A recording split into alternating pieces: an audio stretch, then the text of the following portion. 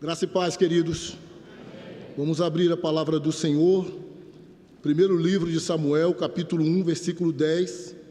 Nós vamos falar sobre o tema Não desista de orar. 1 Samuel, capítulo 1, versículo 10. Não desista de orar. É o nosso tema. Você encontrou? Diga amém. Amém. Assim diz o texto sagrado.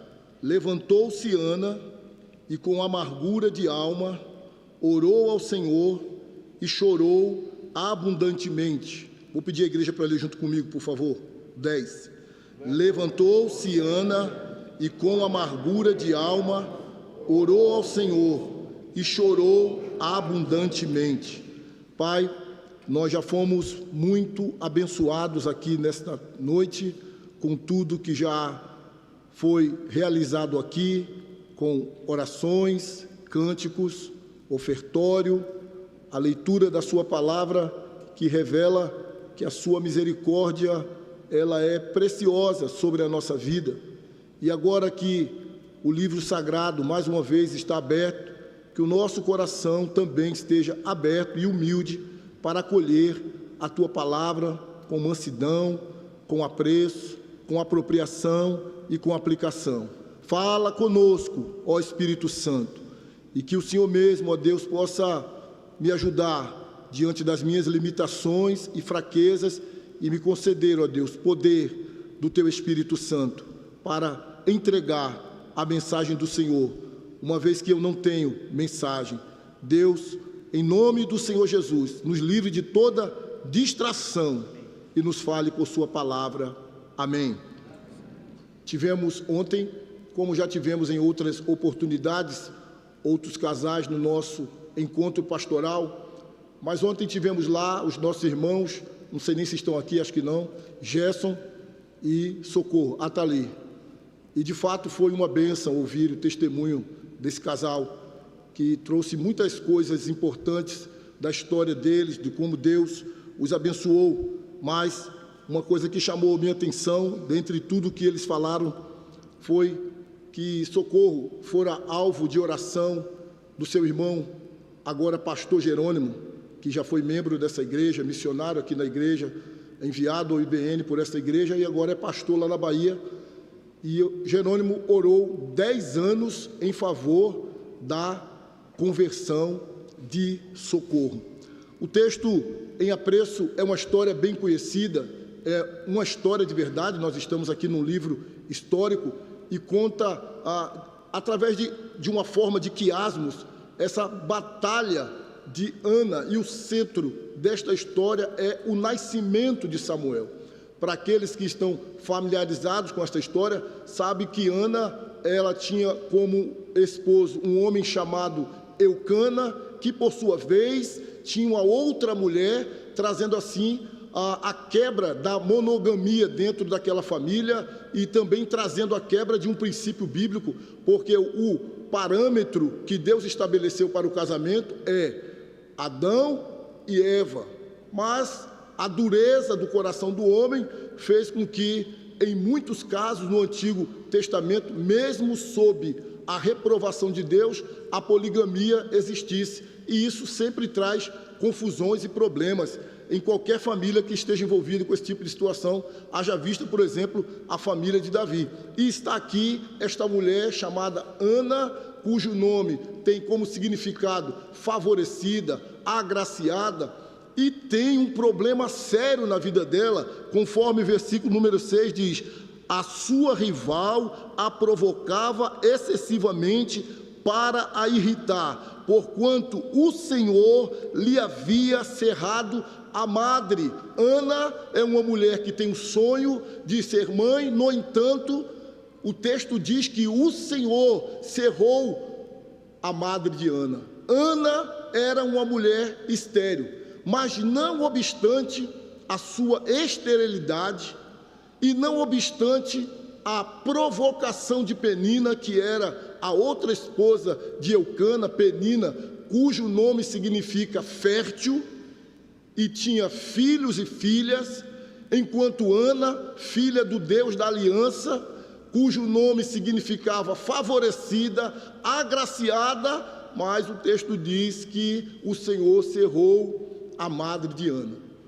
Precisamos entender aqui a soberania de Deus, como Deus trabalha os seus planos na história. E esta Ana agora, conforme diz versículo número 11, após terem comido e bebido em Siló, estando Eli, o sacerdote, assentado numa cadeira, junto a um pilar do templo do Senhor, levantou-se Ana, que foi o texto que nós lemos inicialmente, e com amargura de alma, orou ao Senhor e chorou abundantemente, e fez um voto dizendo: Senhor dos exércitos, se benignamente atentares para a aflição da tua serva, e de mim te lembrares, e da tua serva te não esqueceres, e lhe deres um filho varão, ao Senhor o darei por todos os dias da sua vida,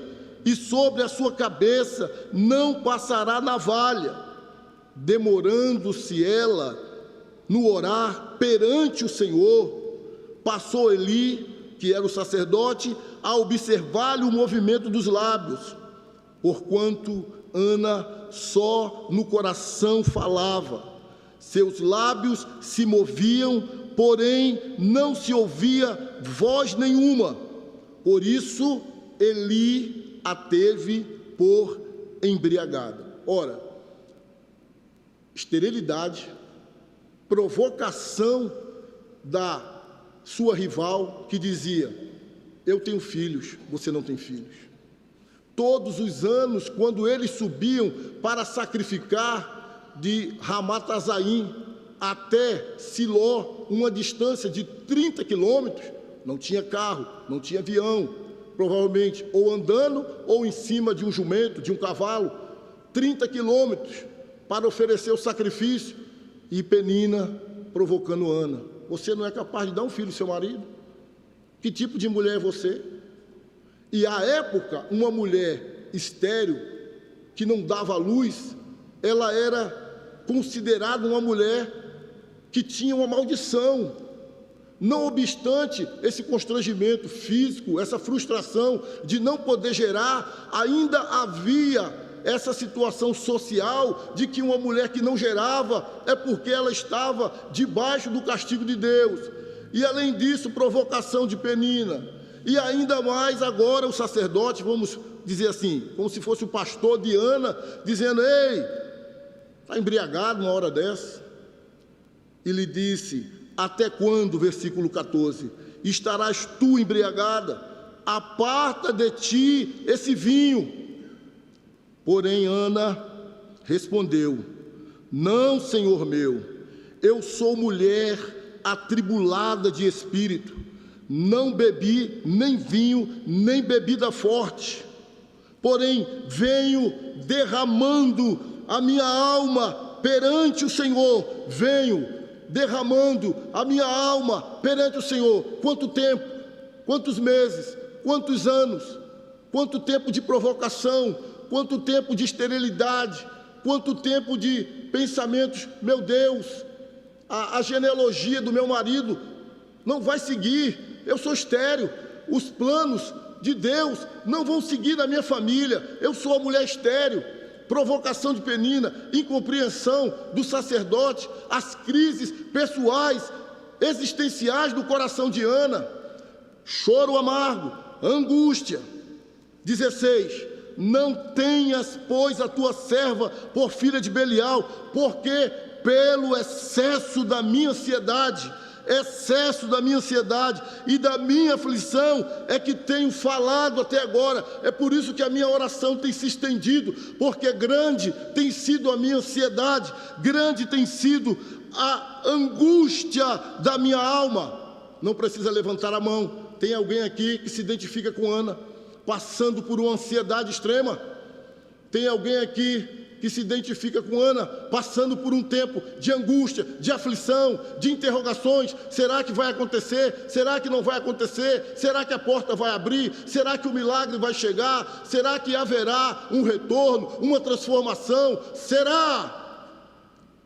E nós estamos aprendendo com Ana que diante de uma angústia profunda, de um choro amargo, de uma infelicidade, de uma imensa perturbação, de grande angústia e tristeza, nós podemos orar, porque neste ponto nós estamos preparados para orar e nos derramar diante do Senhor.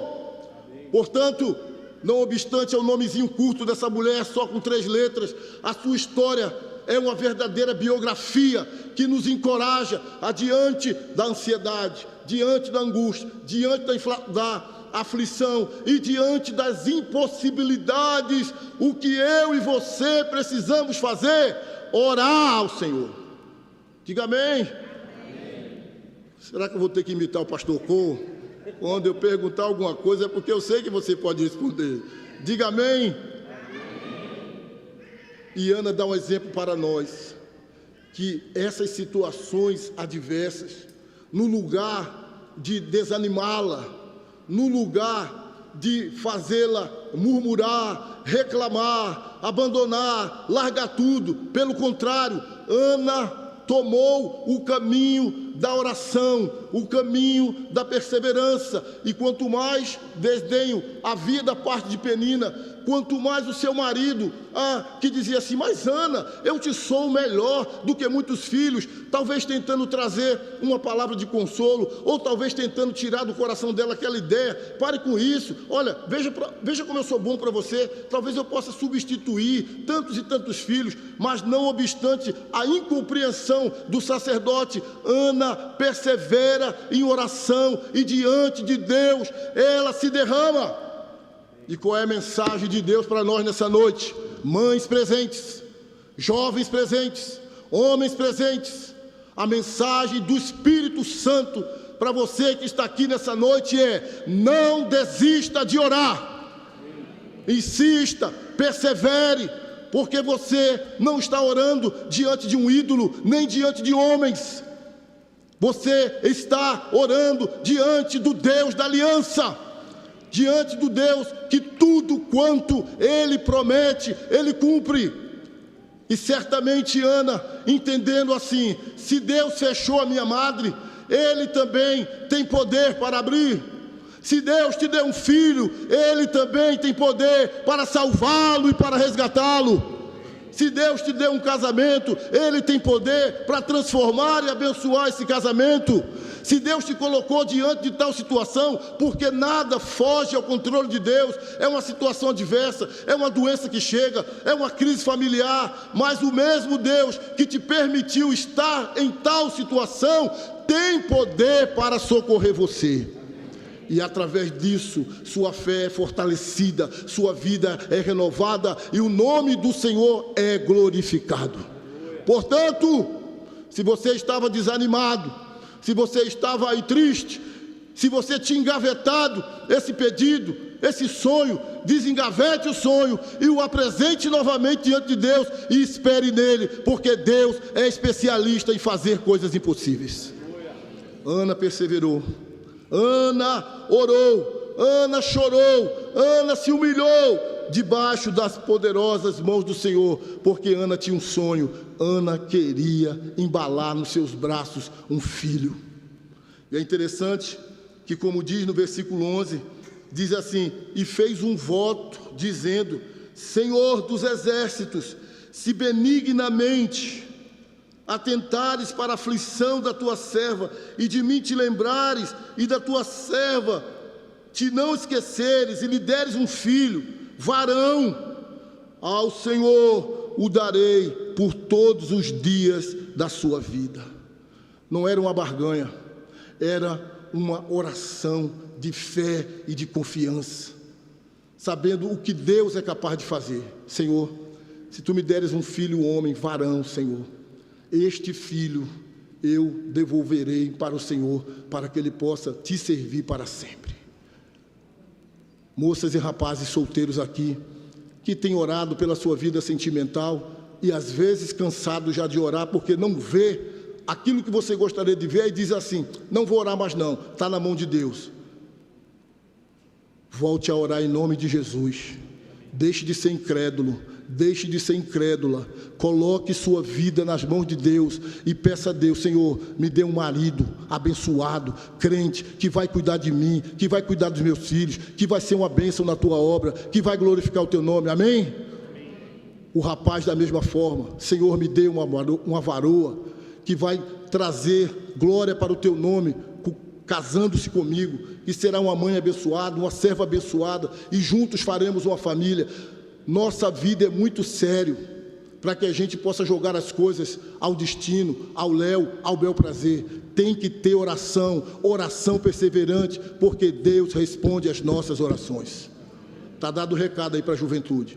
No lugar que, não vejo ninguém, não tem ninguém, ore, porque isso é coisa séria. E você também que tem filhos, que está dando dor de cabeça, casamento que está dando dor de cabeça, ore, porque Deus é o Deus que escuta a oração do povo da aliança. E Deus sempre faz o melhor. Estou com uma causa no trabalho, estou com uma causa na justiça, estou com uma situação de enfermidade, estou com uma situação que tem me preocupado, tem trazido ansiedade, tem trazido angústia, estou perdendo minha noite de sono. Ore, ore, ore, crie o hábito de orar, acorde de manhã, ore, antes de dormir, ore, ao longo do dia, ore, como ensinou o Senhor Jesus em Mateus 7,7, pedi, e o que acontece? Batei e o que? Buscai.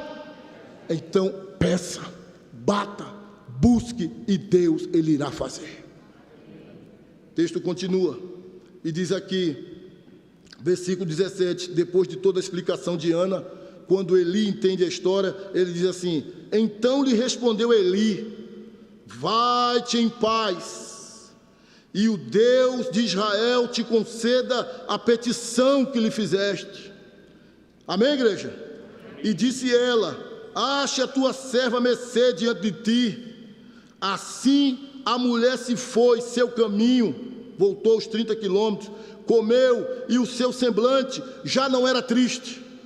O milagre ainda não tinha acontecido, mas ela apropriou-se da palavra, e o seu semblante já não era mais triste. Ou seja, na linguagem dos nossos irmãos pentecostais, ela tomou posse daquela palavra. Vai-te em paz, e que o Senhor conceda a petição do teu coração. Aí ela disse: acho eu mercê diante de ti. E o rosto dela já não era mais triste, já não era mais carregado pela angústia, pela ansiedade, pela aflição. Agora aquela mulher tomou aquela palavra no seu coração, e a felicidade e a alegria agora já brotava no seu rosto. Levantaram-se de madrugada e adoraram perante o Senhor, e voltaram e chegaram à sua casa, a Ramá. Eucana coabitou com Ana, sua mulher, e lembrando-se dela, o Senhor, lembrando-se aqui não significa que Deus tinha esquecido, porque Deus não esquece. Lembrando-se aqui, o que está escrito, por exemplo, em Êxodo 2, 23 e 24, quando Deus então desce para livrar o seu povo da escravidão do Egito, como diz lá: lembrou-se o Senhor do seu povo e da sua aliança. O nosso Deus é o Deus da aliança. O nosso Deus, Ele é absolutamente o quê? Fiel. E tudo que o Senhor promete, o Senhor cumpre. Amém? Mas, olha, tem que fazer a sua parte, que Ana fez a parte dela, amém, igreja? Ana foi para casa e coabitou com seu marido. Se você quer ter filho, tem que coabitar, amém? Quem entendeu, diga amém. Tem que fazer a sua parte. Ela creu, voltou para casa, coabitou com o marido. O Senhor lembrou-se dela. Ela concebeu e, passado o devido tempo, teve um filho, a quem chamou Samuel, pois dizia: do Senhor o pedi. Porque este é o significado do nome Samuel: pedido do Senhor.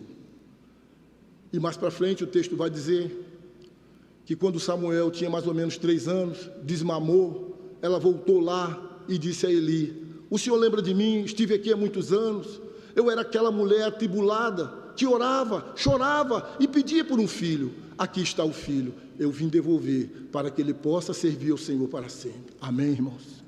Porque Deus ainda opera milagres. Portanto, leve esse tema dentro do seu coração. Não desista de orar, porque quando o povo de Deus ora, o Senhor opera maravilhas. Amém?